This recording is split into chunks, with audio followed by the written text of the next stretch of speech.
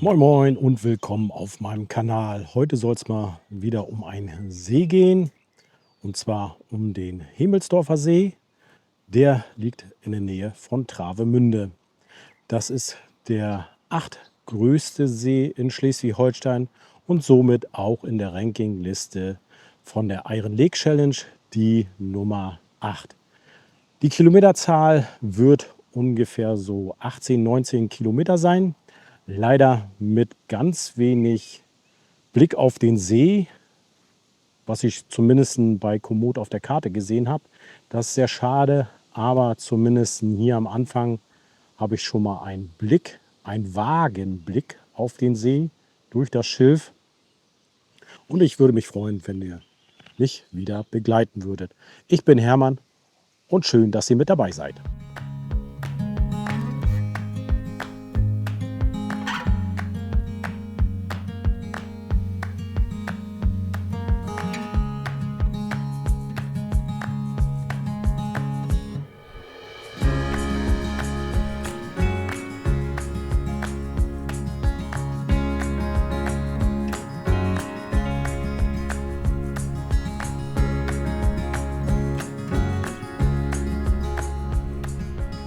Ja, ich werde wohl, wie schon angesprochen, nicht viel vom See sehen.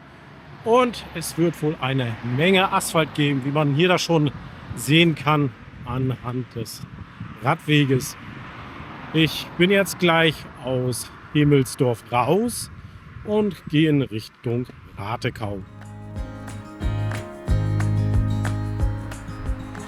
Ich bin gerade auch in der Ferienzeit hier unterwegs und hier sind auch denn auf diesem Radweg ganz viele Touristen unterwegs. Ich habe schon einige Radfahrer gehabt, aber auch wenige Jogger oder Wanderer wie mich. Mal sehen, wie sich das weiter hier noch so verhält. –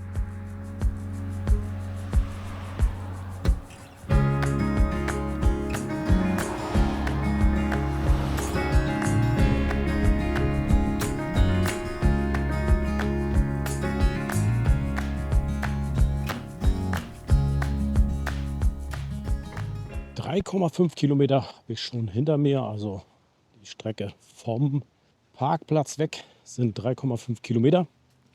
Und es geht weiter auf schönen Radwegen. Also der Streckenaufbau mit Radwegen ist wohl sehr gut hier. Deswegen nehme ich auch an, bei der Iron Lake Challenge werden immer, zumindest fast immer, Radwege ausgesucht, um einen See zu umrunden. Darum hat man immer wieder sehr viel Asphalt unter den Füßen.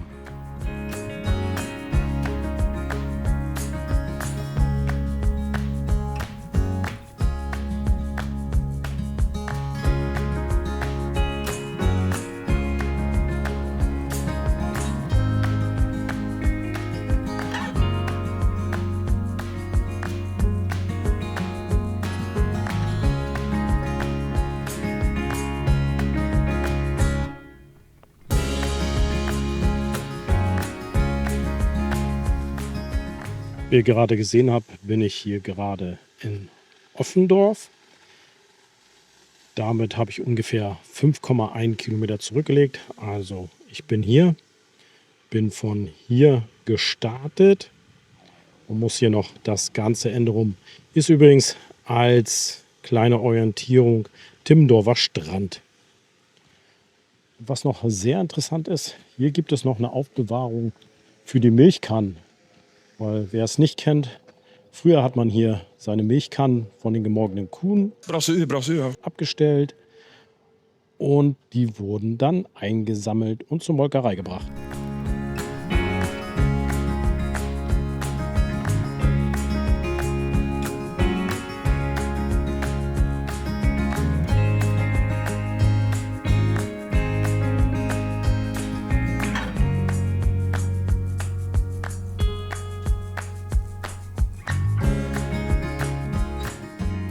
Hier ein relativ freier Blick auf den Hemelsdorfer See.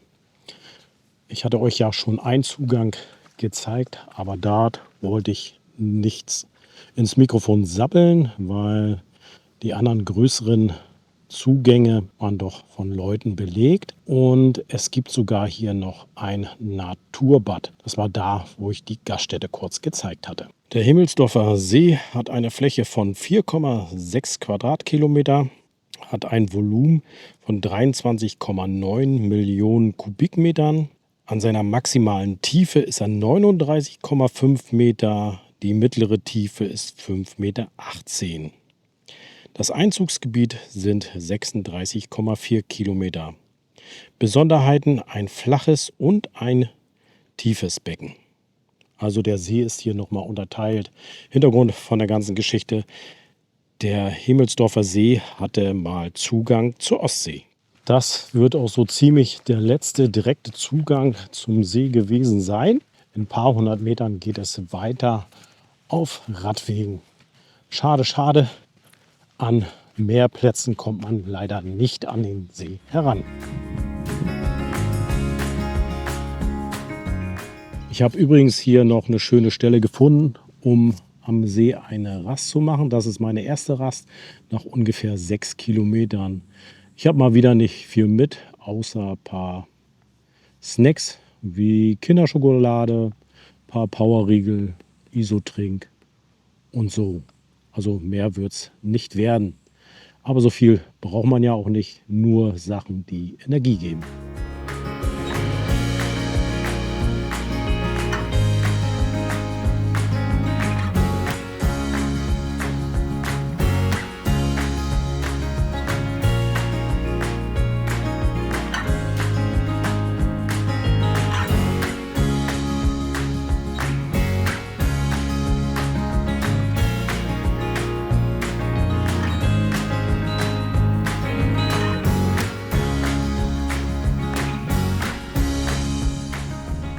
Bin jetzt durch Kreuzkamp hindurch und bin in Richtung Wahnsdorf unterwegs.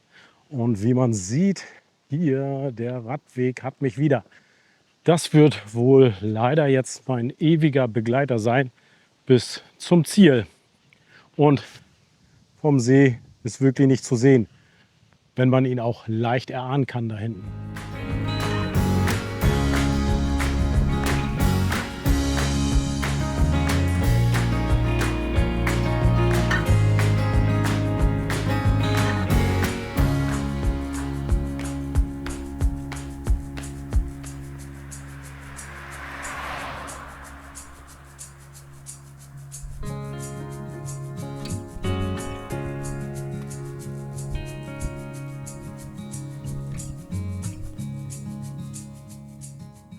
Ab der Hälfte des Weges eine Untergrundänderung.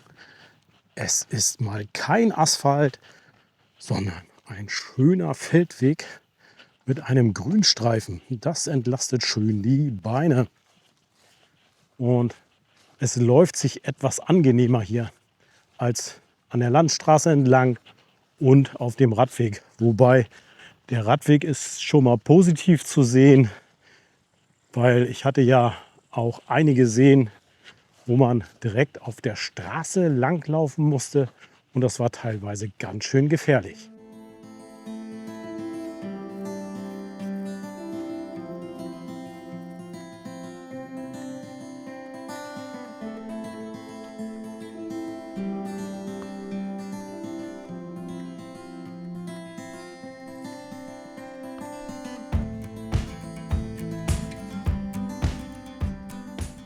Hier muss ich sogar noch vorsichtig sein, weil dort ist der Maritim Golfpark Ostsee. Also ich hoffe mal nicht, dass ich noch einen Ball abbekomme, weil hier sind nämlich gerade Golfer unterwegs.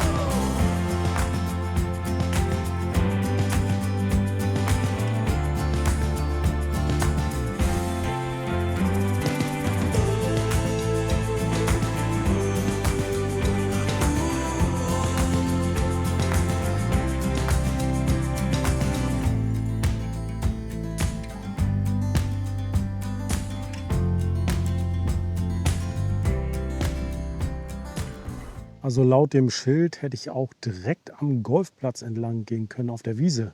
Entweder Schild übersehen oder schlecht ausgeschildert.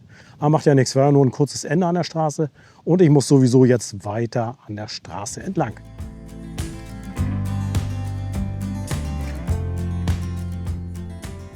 So schön der Weg auch bei dem Golfpark war, aber der Radfußweg hat mich wieder. Also es geht weiter auf Beton. Ich habe jetzt grob 13 Kilometer hinter mir und ich werde mir gleich mal einen Platz suchen, wo ich eine weitere Pause machen kann.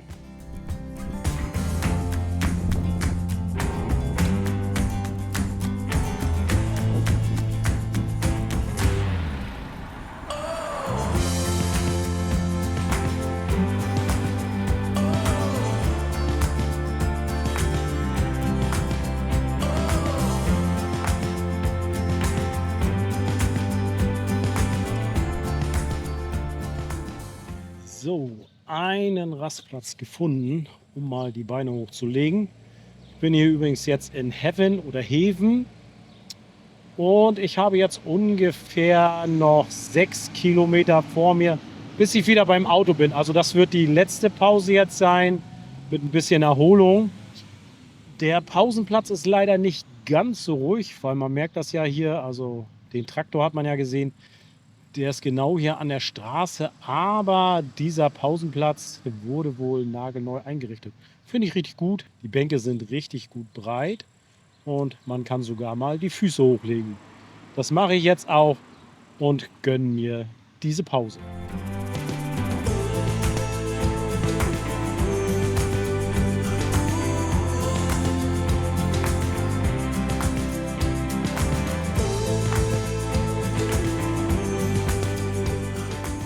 Also manchmal hat der Wanderweg doch Erbarmen mit mir und gibt mir doch einen besseren Untergrund als einen Radweg. Hier bin ich wieder auf einen landwirtschaftlichen Weg und es läuft sich wirklich besser. Wobei die kleinen Kieselsteine hier können auch ganz schön nerven.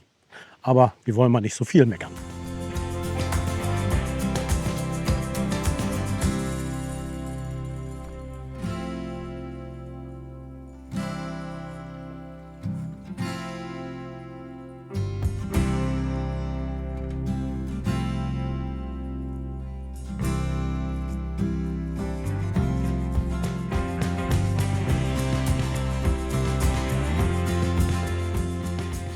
Also auch hier haben wir wieder ein archäologisches Denkmal gefunden. Die Turmburg Räuberkuhle, die es hier am verlandeten Teil des Hemelsdorfers See geben sollte. Die Burg stammt aus dem 13. und 14. Jahrhundert. Es wurde auch eine andere Burg benannt. Den Namen werde ich mal unten reinschreiben oder ihr habt ihn schon auf der Tafel gesehen. Das war die erste urkundliche Erwähnung von der Turmioburg hier auf dem Hügel Räuberkuhle und der war in einer Urkunde von 1255. Aber wie man sieht, muss man das wirklich wissen, dass es hier eine Burg gegeben hat. Hier gehen wir noch mal kurz rauf auf den Hügel. Der gehörte wohl dazu. Also wie gesagt, eine Turmhügelburg. Sagt ja schon Hügel, also die steht auf dem Hügel und der Durchmesser ist ungefähr 20 Meter. Der Turm war meistenteils aus Holz, eher selten aus Stein. Das ist eine der frühen Burgenformen hier in Schleswig-Holstein. Wenn euch dazu mehr interessiert, schaut gerne meine Geschichtswanderung um den großen und kleinen Schlichtenberg an. Ich werde das Video oben verlinken.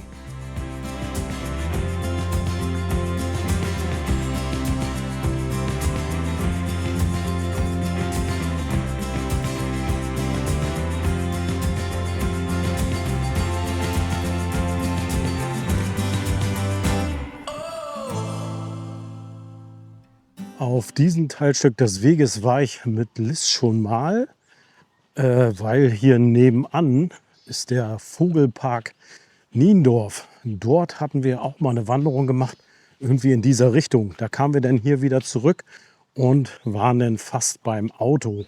Das war mal eine ganz kleine Tour, ich glaube so von 5 oder 6 Kilometern. Und es geht hier immer schön an einem Kanal vorbei, wo man ab und zu mal auch Wasservögel sieht.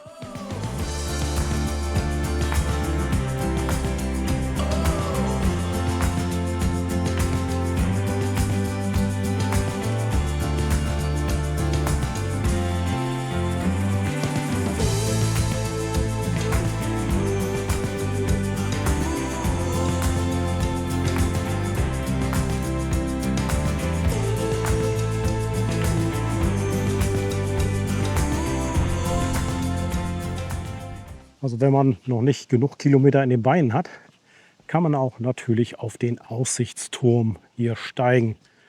Ich habe jetzt noch mal 3,5 Kilometer und dann sollte ich beim Auto sein. Hier noch mal ein kurzer Blick auf den See. Besser gesagt, in den Zu- bzw. Ablauf des Sees.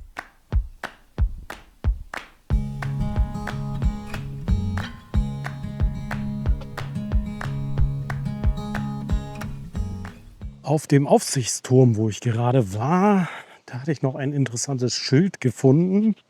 Ich hatte ja gesagt, ein paar Daten über den Hemelsdorfer See von ca. 40 Meter Tiefe, die Maximaltiefe von den. Also es gibt ja 2 Becken, ein tiefes Becken und ein flaches Becken. Und auf dem Turm war aber die Tiefe angegeben von 45 Metern. Und dies soll der tiefste Punkt Deutschlands sein. Tja, was man so alles lernen kann auf so einer Tour. Aber wie weit das stimmt, kann ich euch leider nicht sagen.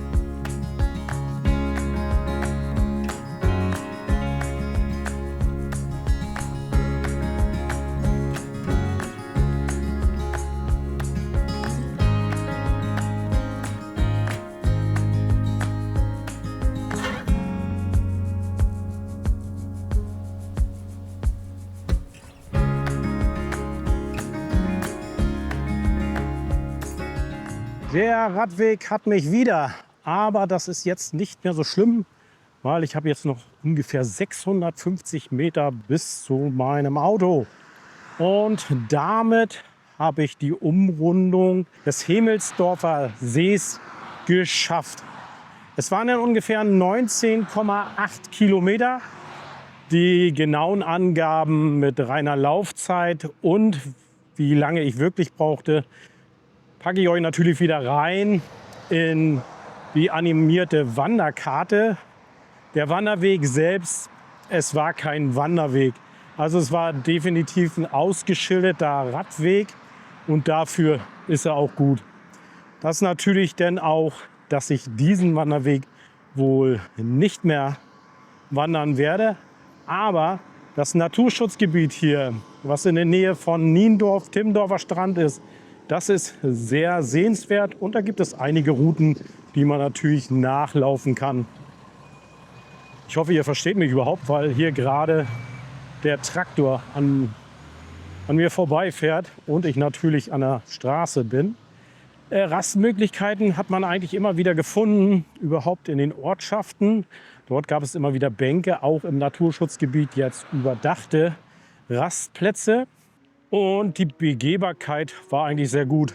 Highlights von dem Wanderweg natürlich das Naturschutzgebiet, der Weg um den Golfplatz herum und hier natürlich Hemelsdorf, das kleine Stück am See entlang. Das soll es denn für diese Tour auch wieder gewesen sein. Es hat mich sehr gefreut, dass ihr mich wieder begleitet habt. Und wer natürlich neu hier ist, gerne ein kostenloses Abo hinterlassen. Ich freue mich natürlich wieder über Likes und Kommentare. Und dann wünsche ich euch wie immer, bleibt schön gesund und bis bald. Tschüss!